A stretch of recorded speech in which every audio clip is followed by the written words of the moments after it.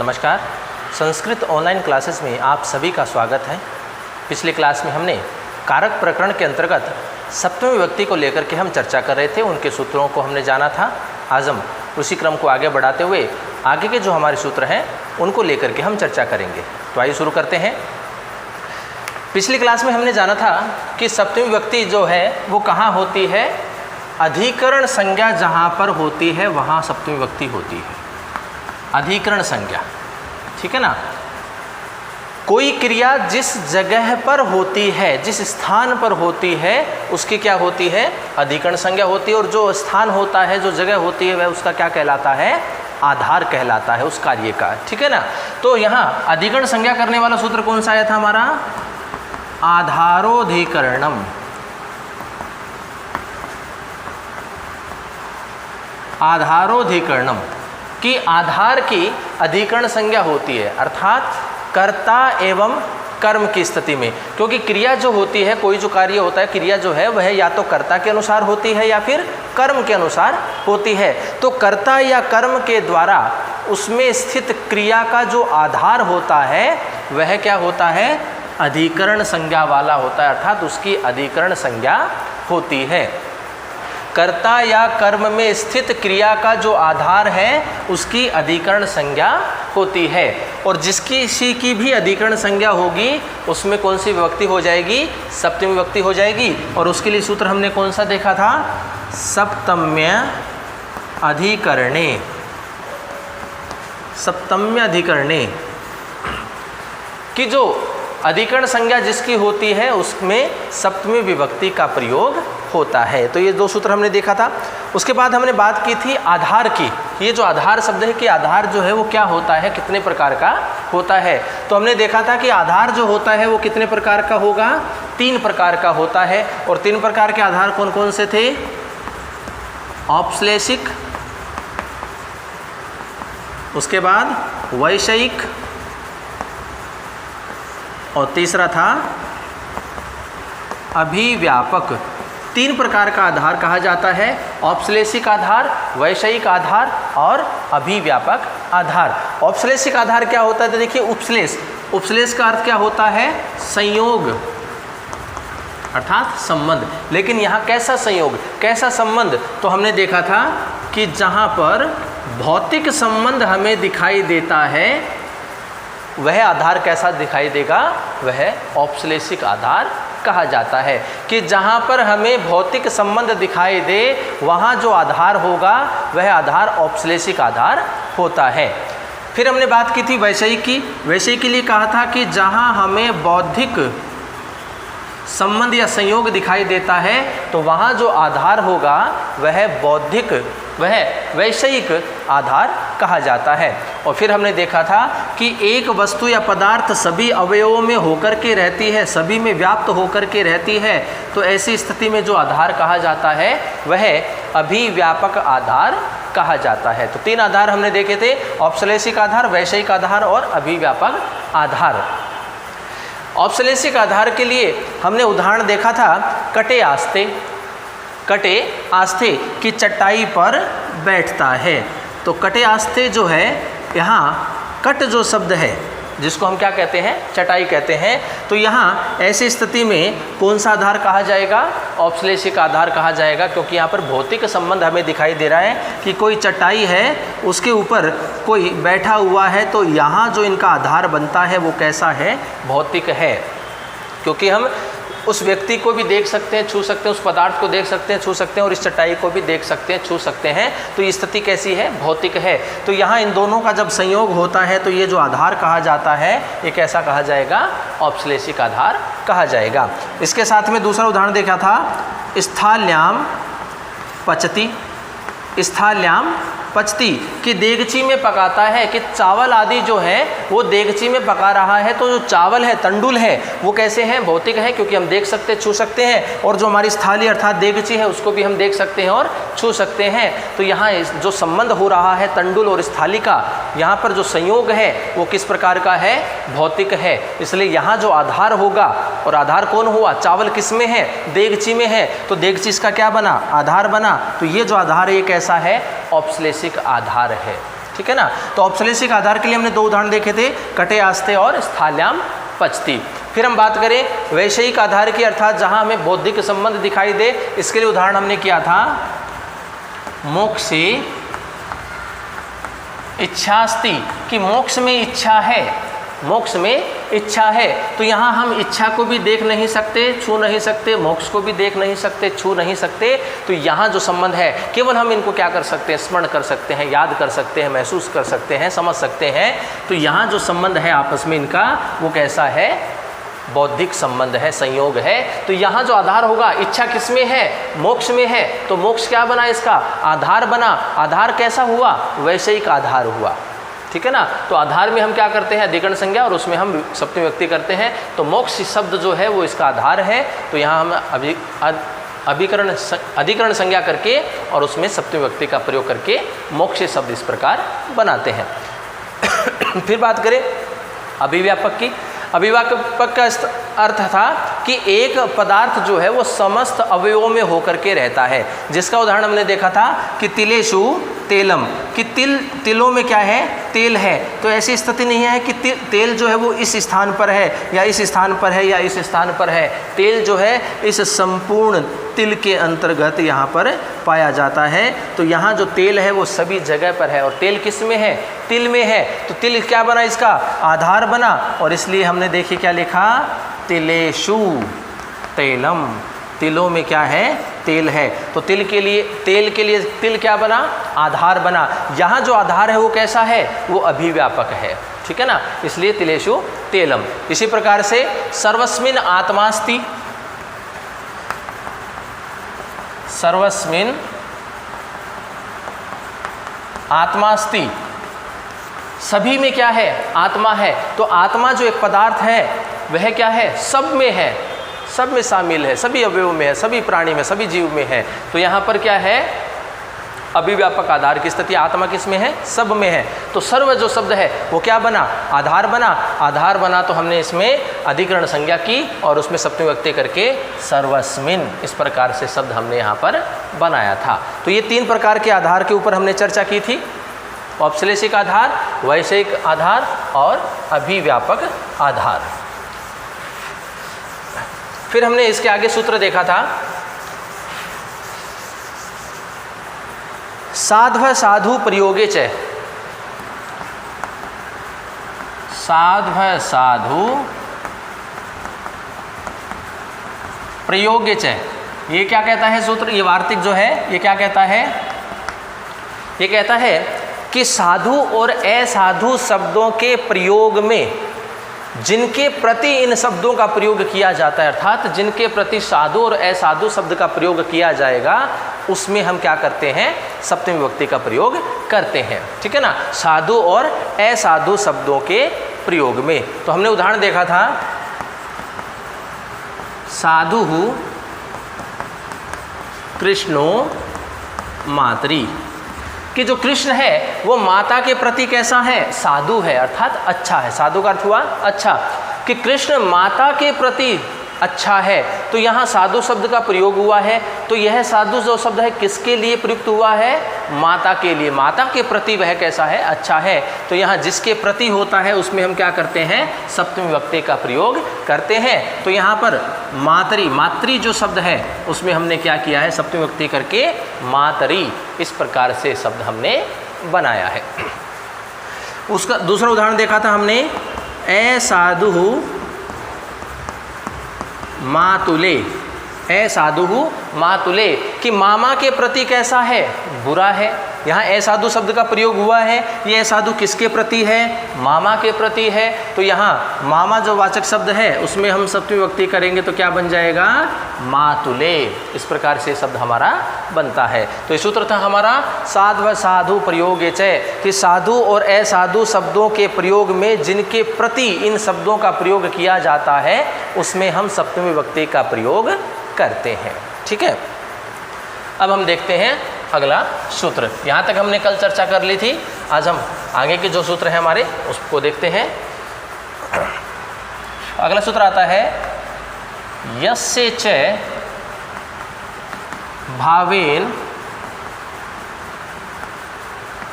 भाव लक्षणम।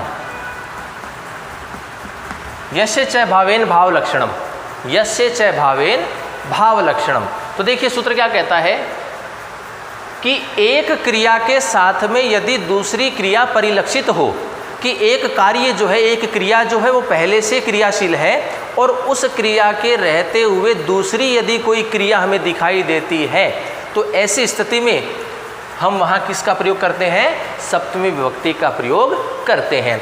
ये जो क्रिया होती है यह या तो कर्ता के अनुसार होती है या फिर किसके अनुसार होती है? कर्म के अनुसार होती है। क्रिया दोनों के अनुसार ही परिवर्तित बदलती है, या तो कर्ता के अनुसार या कर्म के अनुसार, ठीक है ना।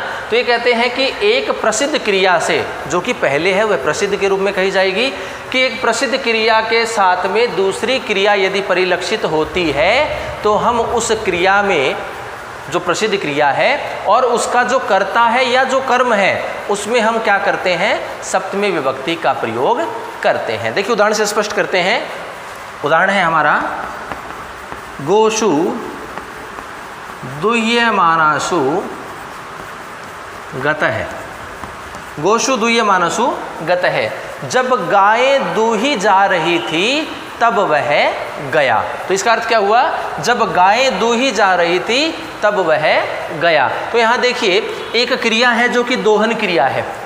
दोहन क्रिया चल रही है, उसी क्रिया के साथ में गमन करने की जो क्रिया है वह भी हमें यहाँ दिखाई दे रही है। पहली क्रिया जो है वो निरंतर चल रही है और उस क्रिया के साथ साथ में दूसरी क्रिया भी हमें यहाँ दिखाई दे रही है गमन की, जाने की, कि जब गाय दूही जा रही थी तब वह गया। तो दोहन क्रिया के साथ साथ में प्रसिद्ध क्रिया, पहली क्रिया कौन सी हुई? दोहन क्रिया हुई। तो उस क्रिया से गमन क्रिया, दूसरी जो क्रिया है वह परिलक्षित होती है, तो हम उसमें क्या करते हैं?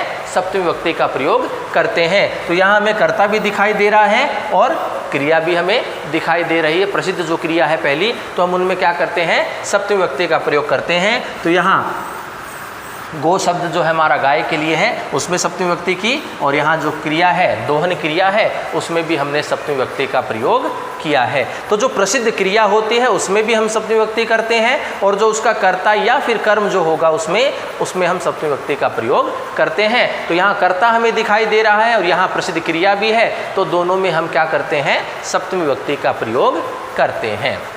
तो ये सूत्र कहता है यस्य च भावेन भाव लक्षणम, कि एक क्रिया से दूसरी क्रिया यदि परिलक्षित होती है, दिखाई देती है, तो हम उस प्रसिद्ध क्रिया में और उस कर्ता या कर्म में, क्योंकि क्रिया जो होती है वह या तो कर्ता के अनुसार होती है या फिर कर्म के अनुसार होती है, तो ऐसी स्थिति में हम उनमें क्या करते हैं? सप्तमी विभक्ति का प्रयोग करते हैं। तो ये सूत्र था हमारा यस्य च भावेन भाव लक्षणम। अब हम बात करेंगे अगला जो सूत्र है हमारा,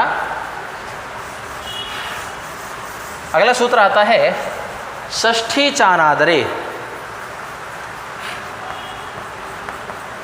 षष्ठी चानादरे, षष्ठी च अनादरे, ऐसी स्थिति है। देखिए अनादर, अनादर क्या होता है? अपमान करना, उपेक्षा करना, ठीक है ना। तो ये कहता है षष्ठी च, अभी हम बात किसकी कर रहे हैं? सप्तमी विभक्ति की। ये कहता है कि षष्ठी च और षष्ठी होती है, कहाँ होती है? अनादर प्रकट हो।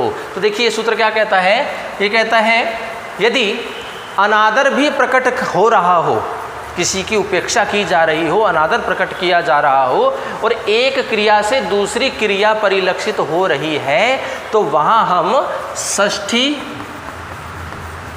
एवं सप्तमी दोनों विभक्तियों का प्रयोग हम कर सकते हैं। दोनों ही क्या है? सही होंगी। वहाँ पर हम षष्ठी का भी प्रयोग कर सकते हैं और सप्तमी विभक्ति का भी प्रयोग कर सकते हैं। कब करेंगे? जब अनादर प्रकट हो रहा हो, किसी की उपेक्षा की जा रही हो और एक क्रिया के साथ दूसरी क्रिया भी परिलक्षित हो रही हो, तो ऐसी स्थिति में हम षष्ठी या सप्तमी दोनों विभक्ति हम उसमें प्रयोग कर सकते हैं। ठीक है, उदाहरण से हम इसको देखते हैं। देखिए जैसे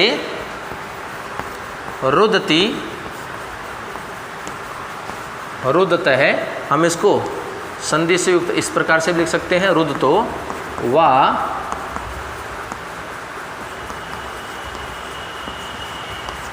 प्रव्राजित, रुदती रुदतः या फिर रुदतो वा प्रव्राजित। कहते हैं कि रोते हुए बालक की उपेक्षा करके संन्यास ग्रहण कर लिया। प्रव्राजित अर्थात चला जाना, वनवास चले जाना या संन्यास को ग्रहण कर लेना।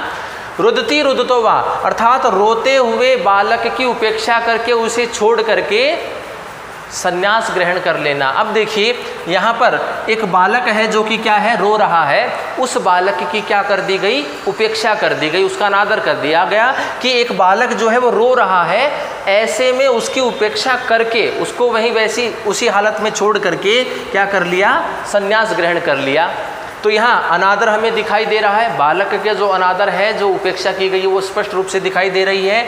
एक क्रिया हो रही है रुदन की, रोने की जो क्रिया है वह क्रियाशील है, पहले से हो रही है, और उसी के साथ साथ में प्रवजन की जो क्रिया है अर्थात संन्यास ग्रहण करने की जो क्रिया है वो भी हमें वहाँ दिखाई दे रही है। तो एक प्रसिद्ध क्रिया से दूसरी क्रिया भी हमें यहाँ दिखाई दे रही है। तो ऐसी स्थिति में जो प्रसिद्ध क्रिया है उसमें हम क्या करते हैं, सप्तमी विभक्ति का प्रयोग करते हैं, या फिर हम उसमें षष्ठी विभक्ति का भी प्रयोग करते हैं।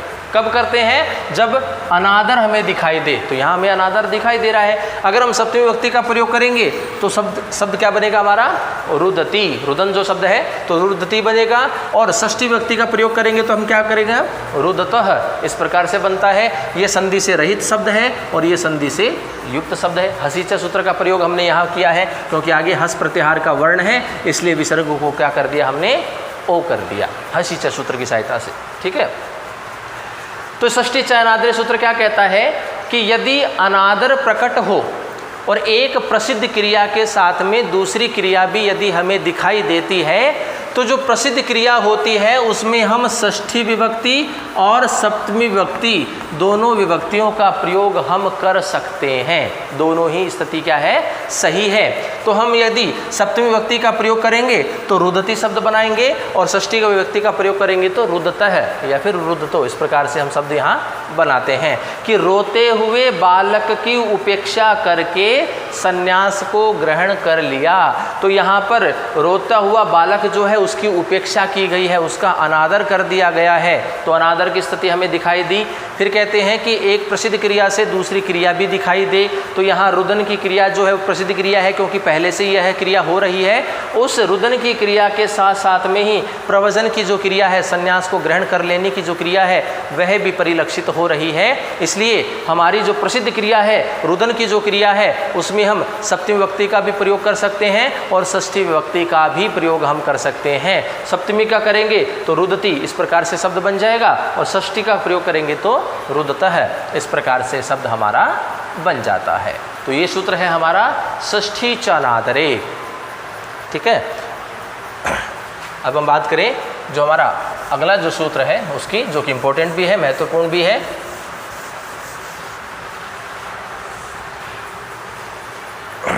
अगला आता है यतश्च निर्धारणम। यतश्च निर्धारणम, निर्धारण करना, नियुक्त करना, चुनाव करना, अलग करना, विशिष्टता को दर्शाना। ठीक है ना, निर्धारण। यतश्च निर्धारण, जिसमें से निर्धारण किया जाए, जिसमें से विशिष्टता दिखाई दी जाए, जिसमें से अलग किया जाए। तो ऐसी स्थिति में हम क्या करते हैं, वहाँ हम षष्ठी विभक्ति का भी प्रयोग कर सकते हैं और सप्तमी विभक्ति का भी प्रयोग कर सकते हैं। दोनों ही स्थिति क्या है, सही है। कि यदि हमें बहुतों में से किसी एक की विशिष्टता दर्शानी हो, एक को श्रेष्ठ बताना हो, एक का पूरे समुदाय में से एक को अलग करना हो, चुनना हो, तो ऐसी स्थिति में हम क्या करते हैं, या तो षष्ठी विभक्ति का प्रयोग करते हैं या सप्तमी विभक्ति का प्रयोग करते हैं। और ये जो निर्धारण होता है ये किस आधार पर होता है, ये होता है जाति, गुण, क्रिया और संज्ञा के आधार पर। जाति, गुण, क्रिया और संज्ञा के आधार पर किसी समुदाय में से किसी एक की विशिष्टता को दर्शाना हो तो हम वहाँ षष्ठी या सप्तमी विभक्ति का प्रयोग करते हैं। ठीक है ना। एक एक का उदाहरण हम देखते हैं। सबसे पहले हम बात करेंगे जाति के आधार पर। ठीक है ना। जाति के आधार पर हम किसी को अगर अलग करते हैं तो जिस में से हम, अर्थात जिस समुदाय में से हम अलग करेंगे, उस समुदाय वाचक जो शब्द होगा हमारा, उसमें हम सप्तमी विभक्ति का या फिर षष्ठी विभक्ति का प्रयोग करते हैं, ठीक है ना। तो देखिए उदाहरण है हमारा, सबसे पहले जाति के लिए नृणाम नृषु वा ब्राह्मण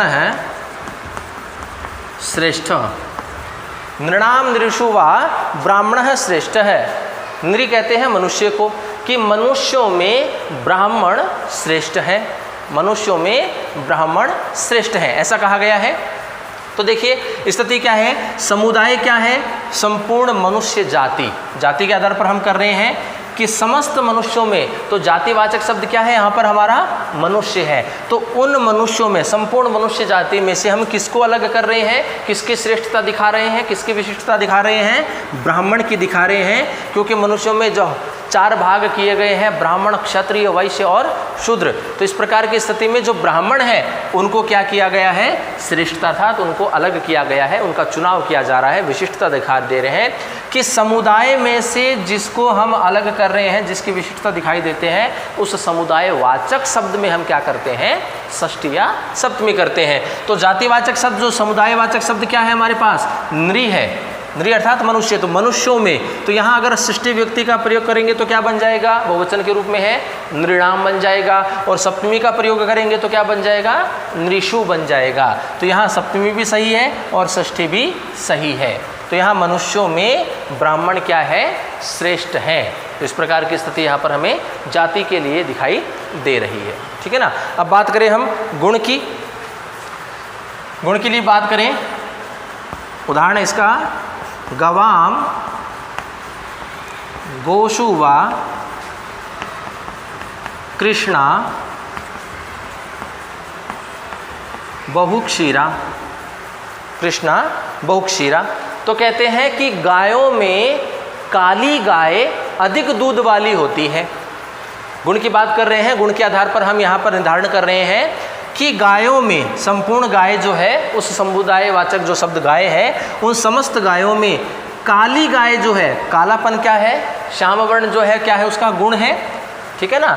तो जो काली गाय होती है वो क्या होती है, बहुक्षीरा, अर्थात अधिक दूध वाली होती है। तो गुण के आधार पर हम यहाँ निर्धारण कर रहे हैं, तो किसका निर्धारण कर दिया हमने, जो काली गाय है उसका हमने चुनाव कर लिया, उसका निर्धारण हमने कर लिया। किसमें से किया, संपूर्ण गायों में से। समुदायवाचक शब्द क्या है हमारे पास, गो शब्द है। तो गो शब्द है तो जब षष्ठी विभक्ति का प्रयोग करेंगे तो क्या शब्द बन जाएगा, गवाम बन जाएगा। और सप्तमी विभक्ति का प्रयोग करेंगे तो क्या बन जाएगा, गोषु शब्द हमारा बन जाता है। तो गुण के आधार पर जब हम विभेद करते हैं, निर्धारण करते हैं, तो यहाँ स्थिति बनती है गवाम गोषु वा, वा का अर्थ होता है अथवा। तो हम अलग अलग वाक्य बना सकते हैं, गवाम कृष्णा बहुक्षीरा ये, और दूसरा बनाए तो गोषु कृष्णा बहुक्षीरा। तो दोनों ही क्या है हमारे वाक्य सही हैं, क्योंकि गुण के आधार पर हम क्या कर रहे हैं, निर्धारण कर रहे हैं। और निर्धारण करेंगे तो जिसमें से हम निर्धारण करते हैं उसमें या तो षष्ठी का प्रयोग करते हैं या फिर हम सप्तमी की विभक्ति का प्रयोग करते हैं। तो इस प्रकार से स्थिति बनती है गवाम गोषु वा कृष्णा बहुक्षीरा, कि गायों में काली गाय जो होती है वह अधिक दूध वाली होती है। अगली बात करें हम यहाँ क्रिया के आधार पर।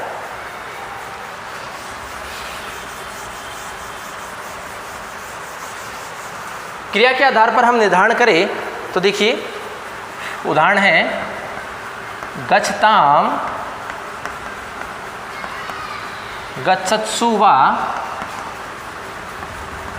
धावन शीघ्र, धावन शीघ्र। तो देखिए कहते हैं कि जाने वालों में, गम धातु है जाना, जाने वालों में दौड़ने वाला शीघ्र जाता है, शीघ्र पहुंचता है। तो यहाँ स्थिति क्या है, देखिए क्रिया है, गमन क्रिया है, गम धातु का प्रयोग है। क्रिया के आधार पर हम इसका निर्धारण कर रहे हैं कि जाने वालों में जो दौड़ने वाला है वह क्या हो जाएगा, शीघ्र जाता है, शीघ्र पहुंचता है। तो धावन क्रिया का प्रयोग हुआ है, तो क्रिया के आधार पर हम निर्धारण कर रहे हैं। तो यहाँ दौड़ने वालों का निर्धारण किस में से कर रहे हैं, उसका समूह वाचक शब्द क्या है, गम धातु का जो हमारा गच्छताम या गच्छत्सु गम धातु है। तो इसमें से हम जाने वाले जो हैं उन सभी जाने वालों को, समुदायवाचक शब्द क्या हुआ हमारा, समस्त जो जाने वाले हैं वह समुदाय। तो उसमें से हम क्या करते हैं, जो धावन है, जो दौड़ने वाले हैं, वो क्या करते हैं, शीघ्र जाते हैं। तो समुदायवाचक शब्द क्या हुआ हमारा, जाने वाले। तो उसमें हम देखिए षष्ठी व्यक्ति का प्रयोग करेंगे तो क्या बन जाएगा, गच्छताम, और सप्तमी व्यक्ति का प्रयोग कर देंगे तो क्या बन जाएगा, गच्छत्सु, कि जाने वालों में दौड़ने वाला शीघ्र जाता है। तो ये उदाहरण हुआ हमारा क्रिया के आधार पर निर्धारण करने का। गच्छताम गच्छत्सु वा धावन शीघ्र। तो हम यहाँ गच्छताम धावन शीघ्र भी कर सकते हैं, गच्छत्सु धावन शीघ्र भी कर सकते हैं, दोनों वाक्य हमारे सही है। अगला आता है हमारा क्रिया के आधार, ये संज्ञा के आधार पर। तो संज्ञा के आधार पर हम देखिए उदाहरण से स्पष्ट करें इसको। छात्राणाम छात्रेषु वा प्रवीणः पटु। छात्राणाम छात्रेषु वा प्रवीणः पटु, कि छात्रों में जो प्रवीण नाम का जो छात्र है वह कैसा है, पटु है, अर्थात चतुर है, तेज है। छात्राणाम छात्रेषु वा प्रवीणः पटु, कि छात्रों में प्रवीण कैसा है, पटु है, अर्थात कोई छात्र का नाम क्या है, प्रवीण है, तो वह कैसा है, पटु है, चतुर है वह। तो देखिए किसमें से चतुर है, ये संज्ञावाचक शब्द है प्रवीण, व्यक्ति विशेष का नाम संज्ञा होती है। तो यहाँ ये जो संज्ञावाचक शब्द प्रवीण है यह किसमें से निर्धारण किया जा रहा है, समस्त छात्रों में से। एक समुदायवाचक है कौन, छात्र है, समस्त छात्रों में। तो छात्रों में कौन पटु है, प्रवीण है। तो संज्ञा के आधार पर हमने यहाँ पर इसका निर्धारण किया है। तो यहाँ स्थिति बनती है, षष्ठी व्यक्ति का प्रयोग करेंगे तो क्या बन जाएगा, छात्राणाम, और सप्तमी व्यक्ति का प्रयोग करेंगे तो क्या बन जाएगा, छात्रेषु। तो इस प्रकार से शब्द हमारा ये बन जाता है कि छात्रों में प्रवीण पटु है। तो समस्त छात्रवाचक जो समुदाय है उनमें से प्रवीण जो छात्र है वह कैसा है, चतुर है, श्रेष्ठ है, तेज है। तो यहाँ पर समुदायवाचक शब्द है हमारा छात्र, समस्त छात्र है, तो उनमें हम षष्ठी व्यक्ति का प्रयोग करेंगे। तो छात्राणाम, कि छात्राणाम प्रवीणः पटु, छात्रों में प्रवीण पटु है, या फिर हम कहें छात्रेषु प्रवीणः पटु, कि छात्रों में प्रवीण पटु है। दोनों ही वाक्य हमारे सही होते हैं। तो ये जो हमारा सूत्र है यतश्च निर्धारणम, कि जिसमें से निर्धारण किया जाए, और वो निर्धारण किस आधार पर होगा, जाति के आधार पर होगा, गुण के आधार पर होगा, क्रिया के आधार पर होगा, और संज्ञा के आधार पर होता है। तो इन सभी के आधार पर जिनमें से जिसमें से हम निर्धारण करते हैं उस समुदायवाचक शब्द में हम षष्ठी विभक्ति या सप्तमी विभक्ति इन दोनों का प्रयोग हम करते हैं। जाति के आधार पर हमने उदाहरण देखा था कि नृणाम नृषु वा ब्राह्मण श्रेष्ठ है, कि मनुष्यों में ब्राह्मण जो है वो क्या है, श्रेष्ठ है। तो षष्ठी का प्रयोग किया तो नृणाम बन गया, और सप्तमी का प्रयोग किया तो नृषु, ये शब्द हमारा बनता है। गुण के आधार पर हमने देखा था कि गवाम गोषु वा कृष्णा बहुक्षीरा, कि गायों में काली गाय जो होती है वह अधिक दूध वाली होती है। तो यहाँ समुदायवाचक शब्द क्या है, समस्त गायें हैं, जिनमें पीली गाय भी है, शुक्ल श्वेत रंग की गाय भी है, काली गाय भी है। तो उन समस्त गायों में हमने किसका निर्धारण कर लिया, काली गाय का निर्धारण कर लिया, उसको हमने अलग कर लिया, विशिष्टता उसकी दर्शाई कि काली गाय जो होती है वो अधिक दूध वाली होती है। तो समुदायवाचक शब्द क्या हुआ हमारा, गो शब्द, समस्त गाय जो हुई, तो उनमें तो षष्ठी व्यक्ति का प्रयोग किया तो गवाम बन गया, सप्तमी व्यक्ति का प्रयोग किया तो गोषु शब्द हमारा बनता है। क्रिया के आधार पर निर्धारण किया तो गच्छताम गच्छत्सु वा धावन शीघ्र है, कि जाने वालों में दौड़ने वाला जो है वो शीघ्र जाता है। तो यहाँ समुदायवाचक शब्द क्या है, जाने वाले, समस्त जो व्यक्ति हैं उन समस्त में से जाने वाले में जो दौड़ने वाला है, क्रिया के आधार पर धावन क्रिया है। तो यहाँ इस आधार पर हम करेंगे तो समुदायवाचक शब्द जो जाने वाले हैं उसमें हम षष्ठी व्यक्ति का प्रयोग करेंगे तो गच्छताम शब्द बनता है, और सप्तमी व्यक्ति का प्रयोग करेंगे तो गच्छत्सु, इस प्रकार से शब्द हमारा बनता है। बहुवचन की स्थिति है। संज्ञा के आधार पर हमने देखा कि छात्राणाम छात्रेषु वा प्रवीणः पटु, कि छात्रों में प्रवीण जो है वो कैसा है, पटु है, चतुर है। तो समस्त समुदायवाचक शब्द जो है, समस्त छात्र जो हैं उसमें हम क्या करते हैं, सप्तमी व्यक्ति या फिर षष्ठी व्यक्ति का प्रयोग हम करते हैं। षष्ठी व्यक्ति का प्रयोग करेंगे तो छात्राणाम हो जाएगा, और सप्तमी व्यक्ति का प्रयोग करेंगे तो छात्रेषु, इस प्रकार से शब्द हमारा बनता है। तो ये सूत्र था हमारा यतश्च निर्धारणम। इस प्रकार से आज की क्लास में हमने कारक प्रकरण के अंतर्गत जो सप्तमी विभक्ति है उसको लेकर के चर्चा की, उनके जो सूत्र है महत्वपूर्ण उनको हमने जाना था। तो इस प्रकार से ये आपका जो कारक प्रकरण है उस कारक प्रकरण के अंतर्गत 7 विभक्तियों से संबंधित जो महत्वपूर्ण सूत्र हैं उनको लेकर के हमने चर्चा की है। तो अगली कक्षा में हम नए किसी विषय के साथ उपस्थित होंगे, उसके ऊपर विस्तृत चर्चा करेंगे। तो आज की क्लास में इतना ही, धन्यवाद।